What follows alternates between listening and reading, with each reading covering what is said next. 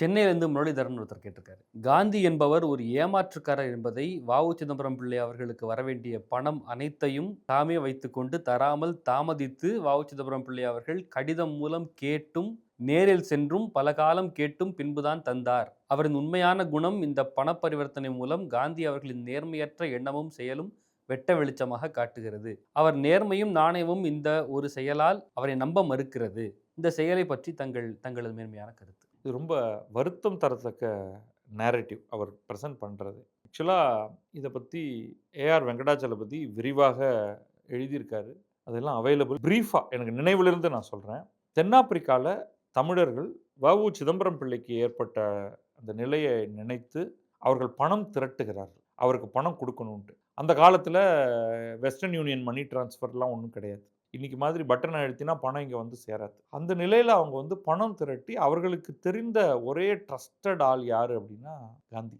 So அவர்கிட்ட ஸ்பெசிஃபிக்காக இந்த மாதிரி நாங்கள் ஒரு எஃபர்ட் எடுத்திருக்கோம் அப்படின்னு சொல்லி திரட்டி சம் டிரான்சாக்ஷன் நடக்குது. இது வந்து அந்த சமயத்தில் காந்தி தென்னாப்பிரிக்காலேருந்து இந்தியாவுக்கு வேற வந்துடுறாரு. இங்கே வந்து அவர் ஒரு மிகப்பெரிய சுற்றுப்பயணத்தில் இருக்கார். இந்தியாவை அறிந்து கொள்ளுதல் அப்படிங்கிற ஒரு மாபெரும் சுற்றுப்பயணத்தில் அவர் இருக்கார். பலமுறை வ.உ.சி வந்தது மாதிரி இல்லை. அவர் ஒரு கடிதம் எழுதுறார் நிச்சயமா. அதற்கு இவர் பதில் கடிதம் எழுதுறார். இந்த ஒரு முயற்சி நடந்தது. ஏதோ சிலதெல்லாம் பணமெல்லாம் சேகரிச்சிருக்காங்க.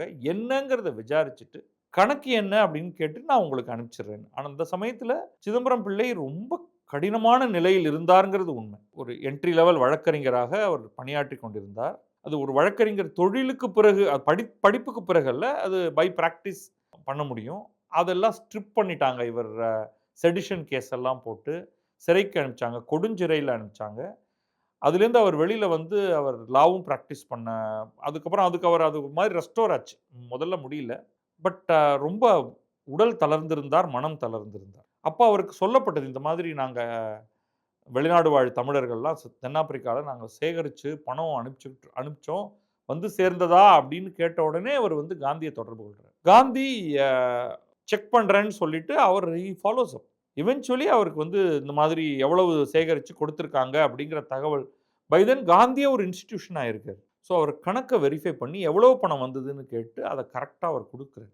அது வரைக்கும் ரெக்கார்ட் இருக்கு. இந்த காலதாமதம் அப்படிங்கிறது வந்து காந்தி ஏமாற்றுபவர்னு அவர் மேல 1000 கமெண்ட் இருக்கிறவங்க கூட பண விவகாரத்துல காந்தி இன்னொருவரை ஏமாற்றக்கூடியவர் அப்படிங்கிறத யாருமே ஏற்க மாட்டாங்க. காந்தி கணக்கு நம்ம இன்னி வரைக்கும் சொல்றோம் என்னன்னா, அவர் அவ்வளவு மெட்டிகுலஸா கணக்கு வழக்குகளை வைத்திருப்பார். இதற்கு இவ்வளவு ரூபாய் செலவழித்தேன், இது இவருடைய பணம், அவர் இவ்வளவு கொடுத்தார் அப்படின்ட்டு அவ்வளவு மெட்டிகுலஸா அவர் பார்த்துக்கிட்டு இருக்கார். ஆனா பொதுவா காந்தி கணக்குன்ற வார்த்தை கண்ணுக்கு தெரியாம போன கணக்குன்ற மாரி தானே சொல்லப்படுது. அது எதுக்கு எப்படி பயன்படுத்துறாங்க அப்படிங்கிறது தெரியல. பட் அவர் வந்து ரொம்ப வெரி மெட்டிகுலஸ் பர்சன். நீங்க இணையத்தை திறந்து காந்தி வ.உ.சியை ஏமாற்றினாரா அப்படின்னு நீங்க கூகுள்ல போட்டீங்கன்னா ஏகப்பட்ட பேர் நேர்ல பார்த்த மாதிரி எழுதுவாங்க. எப்பவுமே நமக்கு வந்து ஒருவருடைய கருத்துக்கள் பிடிக்கிறதா இல்லையா அப்படிங்கிறதெல்லாம் ஒரு பக்கம். ஆனா ஒருவரை வந்து எவாலுவேட் பண்ணும்பொழுது பொய்யாக அவரை பற்றி புனைந்து கெட்ட வார்த்தை சொல்லி அவரை திருடன், அவரை ஏமாற்றுக்காரன், மோசடி பேர் வழி அப்படின்னு சொல்றது வந்து ஒரு குரூரமான மனத்தின் வெளிப்பாடு. அதற்கு நிச்சயமாக காந்தி தகுதியற்றவர். அவரை போய் இவ்வளவு குரூரமாக எவாலுவேட் பண்ணணுங்கிற அவசியமே கிடையாது. அப்படிப்பட்ட மனிதரே அல்ல அவர். அவர் மகாத்மாவா இல்லையாங்கிறதுக்குள்ள நம்ம போக வேண்டாம். இது வந்து அவதூறை தவிர வேறு ஒன்றும் இல்லை. ஆராய்ச்சியாளர்கள் தெளிவாக ட்ராக் பண்ணி கடிதத்தை அப்படியே கொடுத்திருக்காங்க. காந்தி வ.உ.சியை ஏமாற்றவில்லை. காலதாமதம் என்று கூட நாம் இன்றைக்கு இருக்கக்கூடிய கான்டெக்ஸ்ட்ல அதை சொல்ல முடியாது. இதை வந்து யாரும் இந்த மாதிரி பேசுவதை தவிர்க்க வேண்டும். அது உங்களை தான் வெளிச்சமிட்டு காண்பிக்கிறது. காந்தியை எந்த விதத்திலும் சிறுமைப்படுத்துவதில்லை.